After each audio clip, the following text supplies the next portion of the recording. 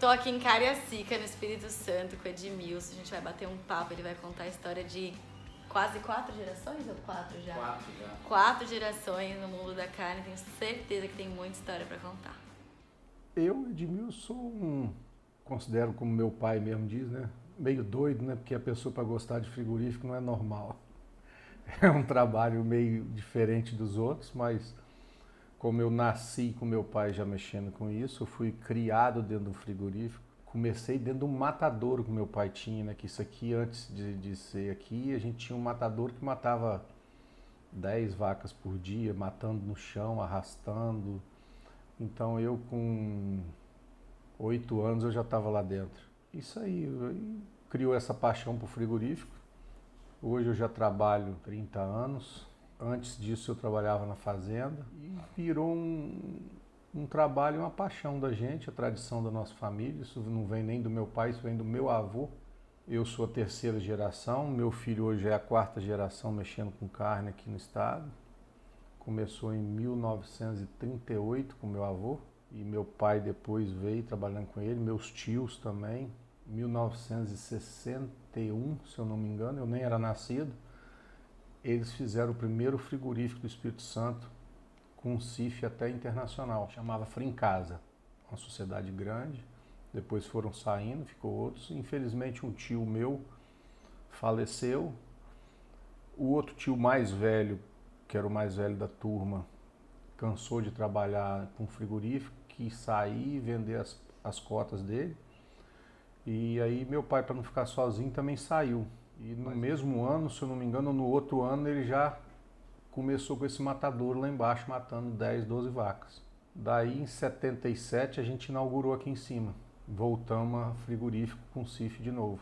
Aqui antigamente tinha um conceito de trabalhar só com carne com osso. A gente fazia um abate bem maior que é hoje, com menos funcionário, porque o mercado nosso era só carne com osso. Então matava 13, 14 mil boi por mês e vendia 80% dessa carne para o Rio de Janeiro, toda com osso, a de Vitória também toda com osso. Na década de 90 que nós começamos a implantar a carne desossada, de meados de 90 para o final. Começamos a fazer porcionado, importamos a máquina da Suíça, que foi o protótipo número 1 da Cryovac, que tinha uma produção fantástica, ela produzia, não me lembro mais os números, para fazer essas carnes porcionadas, e fazia porções de 1 quilo ou menos em bifes, em cubo, em pedaço, de todos os cortes de carne do traseiro. Só que o mercado, para a época, ainda não absorveu. Aí nós tivemos que parar com esse processo e continuar só com a desossa tradicional. E hoje estamos aqui trabalhando e procurando sempre inovar no trabalho, que seja na filosofia do que fazer. Hoje a gente vê aí um mercado grande crescendo com essas carnes prêmios, e a gente já está produzindo um pouco aqui, meio um projeto piloto com a casa de carne, com a Mitpac, para poder aumentar esse leque. Porque com o mesmo gado que a gente mata aqui, a gente consegue fazer desse gado uma carne premium. Porque não tem a carne de primeira, de segunda, tem o boi bom e o boi ruim. Então a gente vai selecionando e estão procurando parceiros para produzir cada vez mais esse tipo de gado, para entrar mais nesse nicho de mercado. Como você enxerga que vai acontecer essa transição dessas parcerias entre os frigoríficos para trás com o produtor e para frente com o transformador, né, que é capaz de transformar esse produto e transformar ele num produto acessível, porcionado, enfim, premium, como tem se falado? Eu acho que são nas grandes crises que você conhece os grandes homens ou mulheres também, para poder sair delas, né? Então nós estamos atravessando, o Brasil está atravessando uma crise, eu nunca vi nada igual. Então a gente tem que procurar mudar o trabalho para ter um rendimento melhor, ter um aproveitamento melhor. E por que a carne premium? Hoje a carne premium não é que ela está na moda, é que ela é melhor. Então quem consome ela não quer consumir a outra. Então isso aí é uma parceria que nem eu estou falando. A gente tem que ter uma parceria, porque o frigorífico está no meio do elo, né? o frigorífico sem o produtor não funciona, o produtor sem o frigorífico não funciona e precisa do consumidor. Essa parceria, por que ela? Porque o produtor também está passando por uma crise, ele precisa de ter um rendimento melhor. Então, a mesma fazenda, o mesmo passo, ou até mesmo o mesmo confinamento que ele gasta com um boi, digamos assim, inferior, ele vai ter o mesmo custo com um boi extremamente superior, que é a produção dessa carne premium. Então, ele vai ter uma recompensa também no ganho dele. Eu vou ter uma recompensa no meu ganho, na minha venda. E o cliente vai ter uma carne de melhor qualidade, uma carne mais fresca, mais nova, porque hoje a gente trabalha com carne premium aqui, vindo de fora já vem uma carne mais velha, mais cansada, que muitas vezes as carnes que a gente produz aqui hoje, da linha Zebu, Nelore, por exemplo, que a gente entrega na Meatpack, tem uma venda superior à outra. Por quê? Porque é uma carne mais nova, uma carne mais selecionada. Então a gente está procurando esse tipo de parceria para poder inovar e melhorar. Quando eu falo carne fresca, eu não restringo a maturada. Eu restringo a carne fresca, não sei se o termo certo seria fresco, uma carne mais cansada, porque uma carne de fora do estado aqui, se você pegar hoje, quem é o maior produtor de carne hoje do Brasil? É Brasil Central. Então a carne do Brasil Central, para chegar aqui, ela já chega praticamente no limite. Então, você pega uma carne dessa e vai processar ela, você vai desossar, você vai embalar, você já perdeu a qualidade dessa carne. Agora, se você pega uma carne aqui de um boi que matou hoje, desossou ele amanhã, embala e começa a maturar essa carne, é outro departamento. Você não perdeu nada, você embalou, está ali, você está só fazendo o processo de maturação que vai ficar com a carne de uma textura melhor, mais macia e etc. Né? Quando eu falo isso, eu não restringo a carne maturada, que eu acho que é interessante. Hoje a gente já estão começando a partir até para maturação a seca, o dry age, né? Sim. Então, são evoluções também. Dificilmente, se o produto for chegar aqui bom, você consegue estragar, mas dificilmente se ele chegar ruim, você vai voltar, né? Então, é um cuidado super importante, que acho que tem que pontuar. Agora, Edinho, você me falou, né, quando você era pequeno, lá com 8 anos, você assistiu esse processo do matadouro do seu pai e tal. É evidente que você vive disso, né? Você respira isso desde você falou, terceira e indo para a quarta geração. Mas hoje, até com as redes sociais, a gente tem vivido uma situação de eu como o que eu como, mas eu não sei de onde vem. Tem um historiador que fala assim que o nosso processo de ruralização para urbanização foi muito rápido, né? A gente viveu aí as últimas, talvez 2 gerações, sem entender direito de onde vinham os alimentos, né? A geração do leite da caixinha, a geração da fruta do supermercado. E aí hoje eu começo a enxergar as pessoas questionando um pouco mais a origem do que elas estão comendo, mas ao mesmo tempo não querendo enfrentar algumas coisas. E uma delas é isso: animais precisam morrer para transformar o músculo em carne. E para você é uma coisa super natural, viu desde pequenininho. Como que a gente vai conseguir lidar com uma geração que está vindo super questionadora do que está querendo comer melhor, mas ao mesmo tempo aversa aos processos de matança que a gente costuma falar? Eu sou contrário ao maltrato, ao sofrimento. Agora, a questão do abate do boi para a alimentação da população, isso faz parte da vida. Isso já vem desde os antepassados nossos. Então, se a gente for parar para pensar disso aí, eu não vou poder usar uma seda, porque é o bichinho da seda que faz também.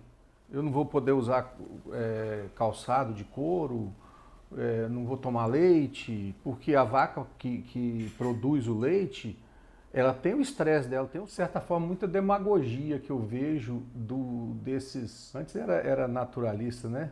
Agora são os veganos, né? Que são mais radicais, né? Uma certa demagogia deles tentando implantar isso. Porra, isso faz parte da vida. Você, para comer uma verdura, você matou uma vida, que a verdura também, a planta é uma vida. Não é uma pessoa, não é um ser humano, um animal, nada, mas é uma vida também. Então eu acho que isso faz parte da nossa vida. Você está fazendo isso para alimentação, você não está fazendo para judiar do animal, por brincadeira, por esporte, nada. Abate não é sinônimo de Sofrimento. animal, exato. Você quer ver um sofrimento pior do que o abate? Você falou que veio do Nordeste. Você vê o tanto de jumento que tem abandonado na beira das estradas, passando fome. Isso é sofrimento. Às vezes você vê um animal puxando uma carroça todo machucado, magro, sabe? Isso é sofrimento. Saber separar que tipo de morte a gente está falando, né? Uhum. O que é a cadeia da carne? Qual é a responsabilidade da cadeia da carne no nosso país? A ponto de repente, eu, por compaixão aos animais, deixar de comer carne e querer sensibilizar os outros de que o animal sofreu e mostrar vídeos e... Nós temos hoje no Brasil mais de 200 milhões de cabeças de gado, né? Você já imaginou se proibisse o consumo de carne? O que isso ia fazer com esse gado? Ele ia ficar procriando, aumentando. Hoje, por exemplo, igual tem nos Estados Unidos lá os cavalos selvagens americanos, que criam nas reservas. Eles abrem as temporadas de caça a esses cavalos, eles vão lá, não é para matar, caçam eles ou para domar, que são os Mustang, ou até mesmo para ir para os rodeios. Porque as reservas não cabem mais.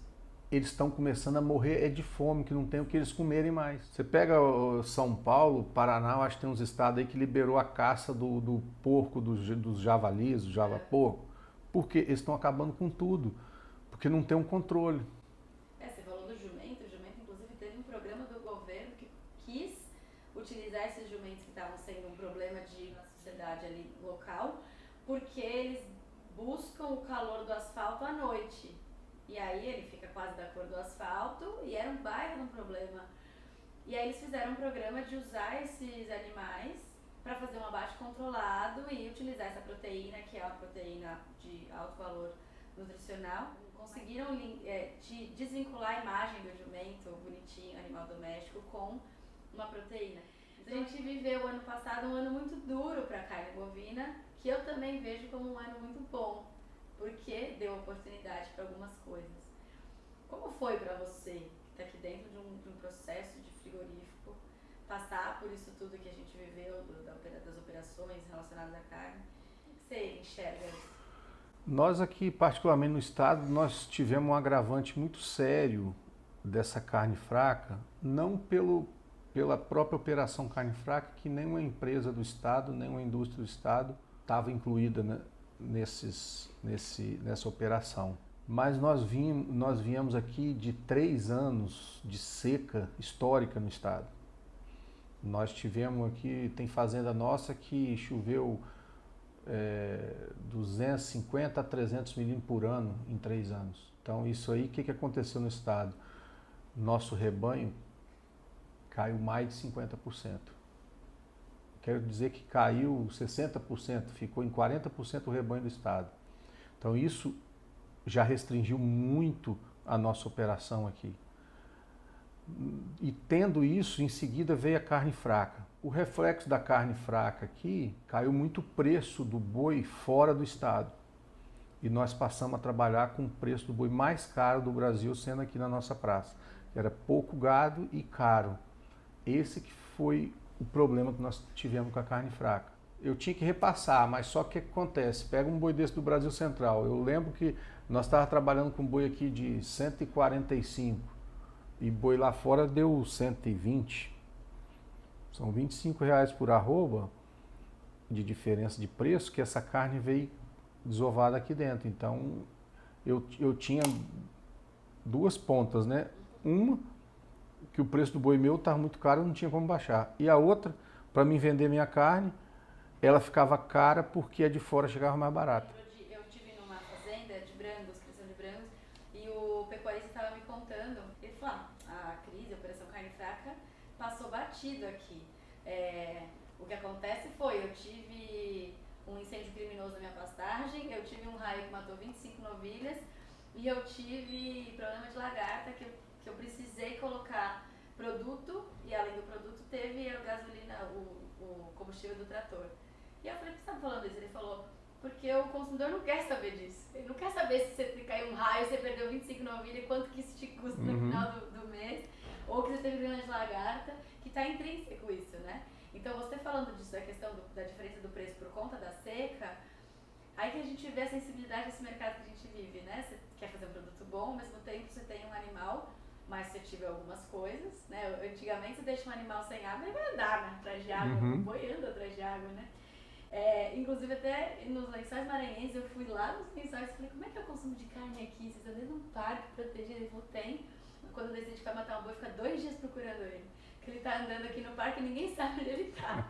Aí todo mundo vai procurar o boi, mata, todo mundo mata de madrugada. Então, esse é o Brasil que a gente vive, né? E a gente tem esses inúmeros fatores que aí quando você coloca uma carne, seja ela premium ou não, mas uma carne de qualidade, tem que custar mais. Tem como você falar que é uma carne do PF de 10 reais. E aí, às vezes, eu passo em alguns lugares, eu tiro até foto. Tá lá, PF de frango 10, PF de carne 10, PF de suíno 10, PF de isso aqui. Eu falo, cara, que produção é essa tão padronizada? Que toda a carne tem o mesmo preço. Então, acho que faz parte de um processo de educação, né? Da gente conseguir educar o que tem pra trás. Né? Por que de repente vale a pena você pagar mais caro? O que é esse mais caro? É mais caro mesmo? Ou você que não tá com uma percepção de valor daquilo que você tá consumindo há tanto tempo? Caro é o que não vale, né? Exatamente.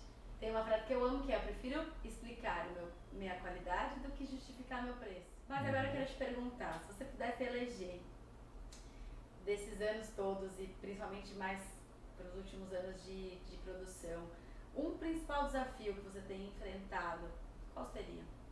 Não, dos últimos anos o principal desafio nosso aqui está sendo matéria-prima, bem devido também a essa seca, né?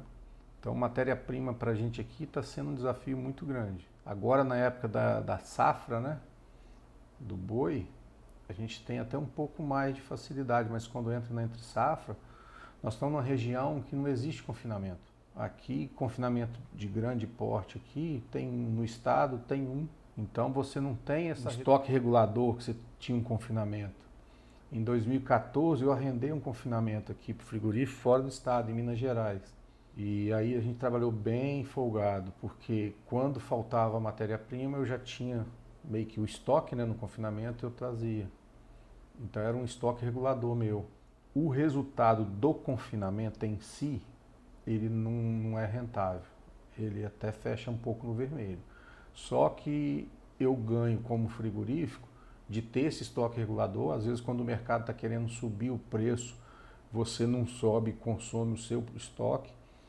E também o negócio ficou rentável porque a gente comprou um boi magro com um preço X de arroba e vendeu com superávit do valor de arroba, então isso aí cobriu a operação.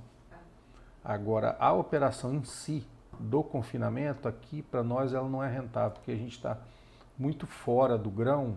Um milho aqui de R$27 a saca, esse milho saía lá do Brasil Central, saía de 15.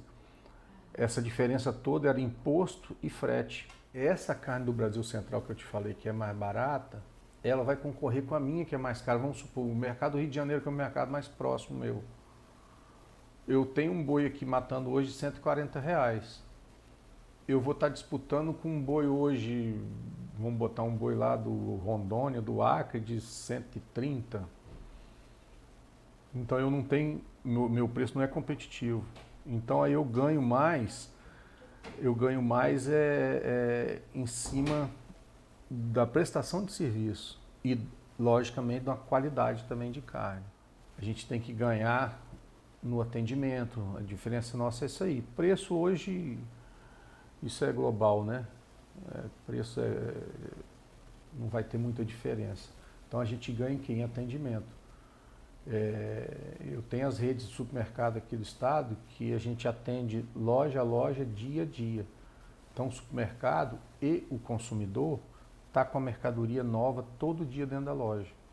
Coisa que os frigoríficos de fora não tem como fazer, por causa da logística.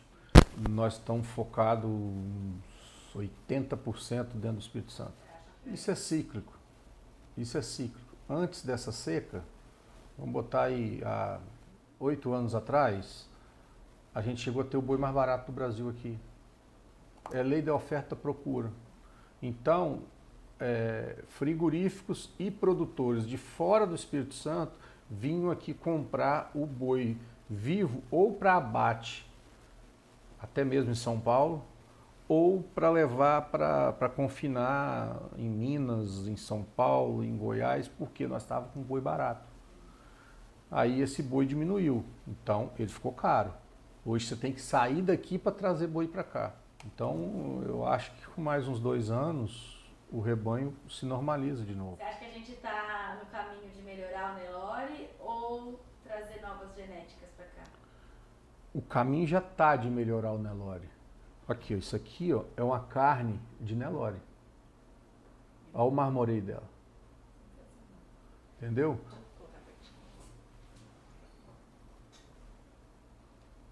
Então, esse é o processo de seleção que a Mafrical faz aqui hoje para atender, no caso, a Mitpack, que é a primeira. Então, a gente já faz uma seleção. Hoje, você já tem genética de Nelore com maior marmoreio. Tem umas linhagens lá já separadas para produzir marmoreio. Eu acho que a opção do Nelore, ela passa a ser mais viável na nossa região, por condições climáticas de gado que já existe aqui. Não que o Nelore vai produzir mais marmoreio do que um Angus, por exemplo. Mas eu digo num contexto geral, num custo-benefício, o mercado para o Nelore tende a crescer, que foi a fatia que o Angus pegou no Brasil já. E depois que o Angus entrou, que o Nelore prestou atenção nessa fatia do mercado que ele estava perdendo. Então, dá para todo mundo, dá para o Nelore, dá para o Angus, as raças britânicas todas, o Wagyu, mas eu acho que pelas nossas condições climáticas aqui do Brasil em geral, o Nelore tende a crescer mais. Eu já cheguei lá na Mitpack de ver na prateleira e perguntar a ele se não estava na prateleira errado, de Angus com de Nelore, de tamanho marmoreio do gado. Então isso aí é o quê? É um processo de melhoramento genético do Nelore e um processo de seleção aqui da indústria. Ó, ontem matei um lote aqui de Angus, mas a pasto.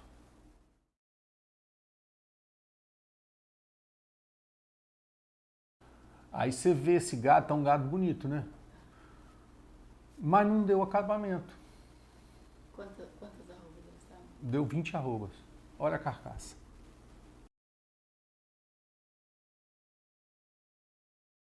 Do mesmo jeito, ontem eu já matei Nelore que estava melhor do que esse. Que não adianta você ter só a genética. Você tem que ter a genética, você tem que ter a comida. O manejo.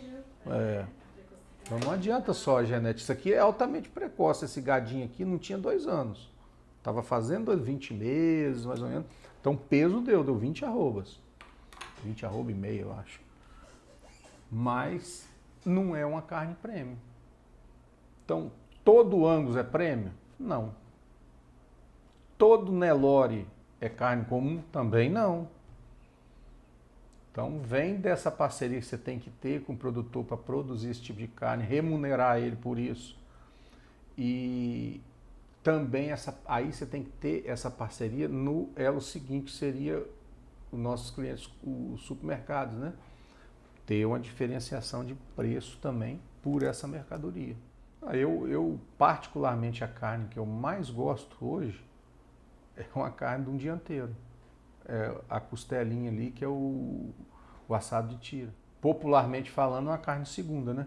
Lá na Mitpack, a carne campeã de venda é o Flat Iron. A minha preferida é a Flat agora. Que também vem da paleta. Então, por isso que não tem carne de primeira, carne de segunda. Tem o boi bom e o boi ruim. E saber fazer os cortes, que aí você vai ter... É um problema que a carne sempre teve, a carne bovina nunca teve muita divulgação de marketing em cima. Então o consumidor não conhecia. De uns tempos para cá está tendo. E quando a gente pensa também um pouquinho no consumo da Europa, realmente vem uma reflexão, será que a gente essa abundância que a gente vive, essa fartura que a gente vive, tá certo? De comer carne a qualquer custo e tem que ter na mistura do dia, né? Costumo falar que quando eu fui lá no norte, o pessoal deve comer bastante peixe aqui, tem muitos peixes maravilhosos. Falaram, filho de pescador já não quer mais ser pescador. Então os peixes estão sendo vendidos para colocar carne na marmita, porque eles não querem, eles cresceram com peixe, não querem comer peixe. Vem do açaí para comprar carne.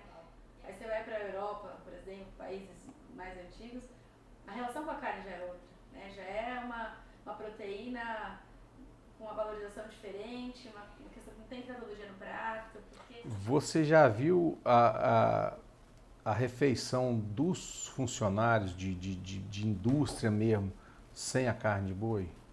Às vezes ele come um dia frango, no outro peixe, mas se repetir no terceiro dia eles vão gostar? Porque ele te alimenta mais, ele te sustenta mais. Se eu comer peixe, adoro peixe, 2, 3 horas depois eu já estou com fome de novo. Então vai pegar numa indústria aqui e não bota um arroz, um feijão e uma carne de boi, uma costela, uma rabada, qualquer coisa. É a mesma coisa que ele não ter almoçado. Bom, já estamos com quase 6.000 quilômetros de expedição. E no começo da viagem eu dizia assim, ainda vou passar por muitos lugares. Agora eu digo, já passei por muitos lugares. De qualquer maneira, a mensagem é a mesma. Se eu fosse capaz de reproduzir alguma mensagem do Edmilson dentro dessa nossa cadeia da carne que a gente é apaixonado, o que você diria? Rapaz, primeira coisa, você tem que fazer o que gosta, para fazer bem feito. E a evolução do mundo, cada dia, minuto que passa, ela é mais rápida.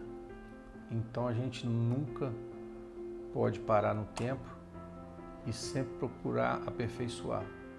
Eu parei meus estudos, eu só fiz até o 2º grau, porque eu também não gostava muito de estudar e meu pai me deu a opção. Quer ir para a faculdade ou quer ir trabalhar na fazenda? Eu falei, quero ir para a fazenda.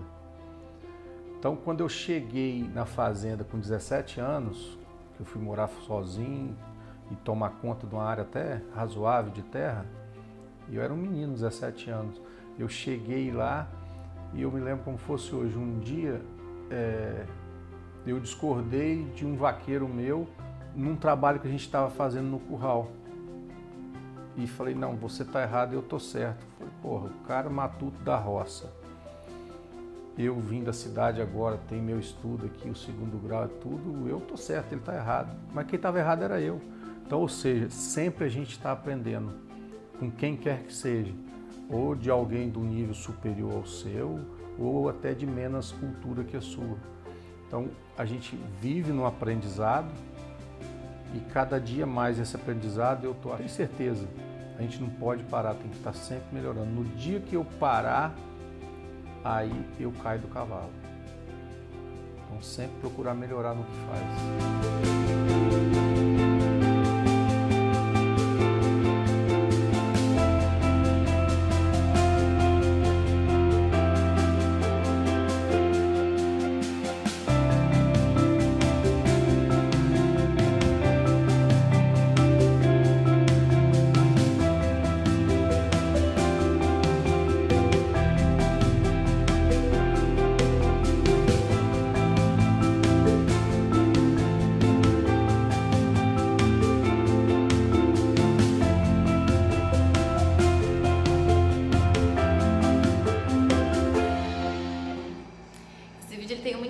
A Dani está me proporcionando uma lembrança que a gente chama de memória gustativa.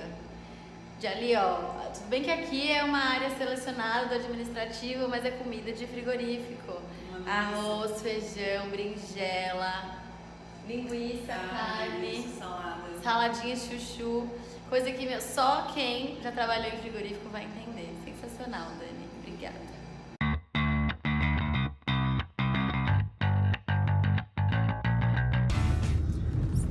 Saindo de Caraíva, sentido Vitória, Espírito Santo, me despedindo da Bahia com essa vista maravilhosa. Foi sensacional, Bahia. Olha essas pastagens, essa planície, coisa mais linda. sei que cidade que é aqui. Mas a divisa da Bahia com o Espírito Santo. Olha isso.